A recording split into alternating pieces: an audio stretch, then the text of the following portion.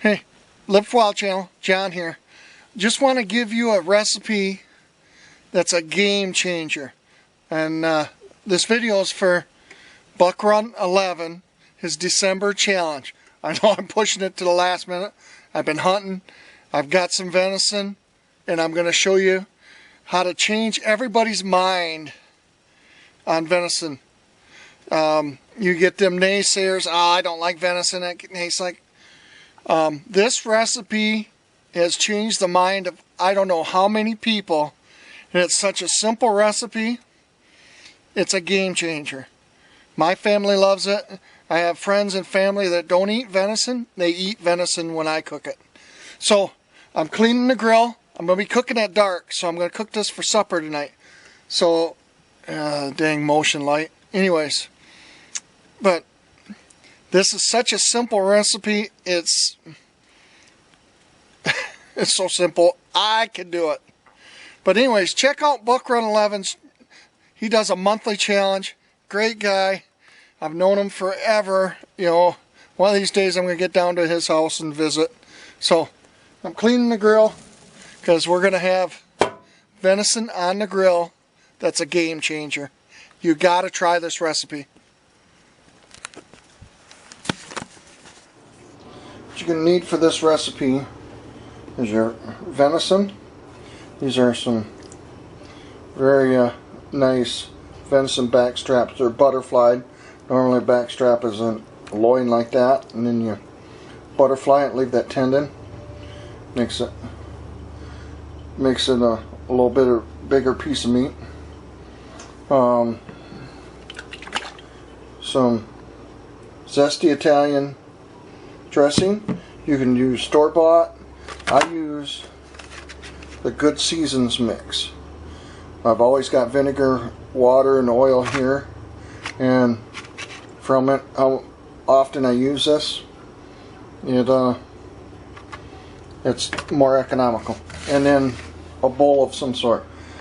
This is a marinating bowl. You can use just a regular bowl, and then put saran wrap over top of it, or something to seal it up, and let it sit in the fridge. Okay, first things first, pop the lid, put a little bit of dressing on the bottom,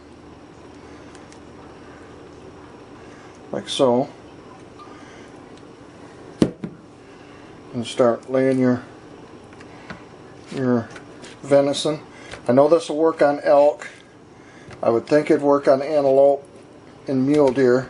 I've never had it with mule deer. I'd really like to try it. I think moose, any of your venison type meats, just got it laying in the pan.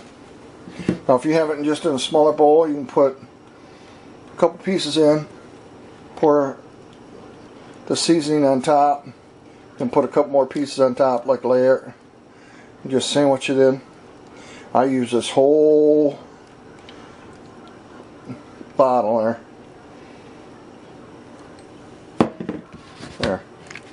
and let it sit. It's going to turn a little bit reddish because it's going to suck some of the blood out of the meat. That's fine. And then when I'm cooking, I'll use this while I'm cooking on the grill. I'll marinate or use it like a barbecue sauce on top of the meat as it's cooking. So, alright, let's put this in the fridge. I'll get it in the fridge, I won't even show you that. Let it sit for overnight, and then we'll cook it on the grill and I'll show it to you. Just took it out of the fridge. What I'm going to do is I'll open it up. I'm doing this one-handed, which is not very smart. And then if you don't have one of these lids, I just flip them back and forth. You can just stir it up. So I'll put the lid back on.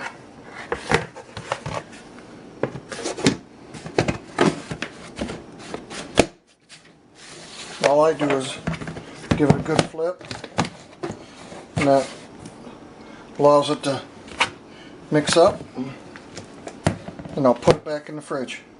Okay, there's the venison. Gonna throw it on the grill here. Well, that stuff looks good. You don't want to cook this real long. You want it like medium or medium rare. Okay, there they are. They're cooking. Collard greens are done, and my daughter's doing some fries because they're not a collard green fan. And I'll slice open some homemade bread too. Okay, I got everything flipped. I'm just going to pour a little bit of this leftover dressing over them to keep them moist. Because if you cook venison too long, it dries out real fast because it's so lean. Normally I take a spatula and just, but I'm doing this one-handed, so I'm going to rub it down. And you can see the oil from the zesty Italian dressing catching everything on fire. I'm going to go grab a plate and we're done. There you have it, Uncle Buck. This is Jano's homemade bread. I made 15 loaves this year and gave them away for Christmas.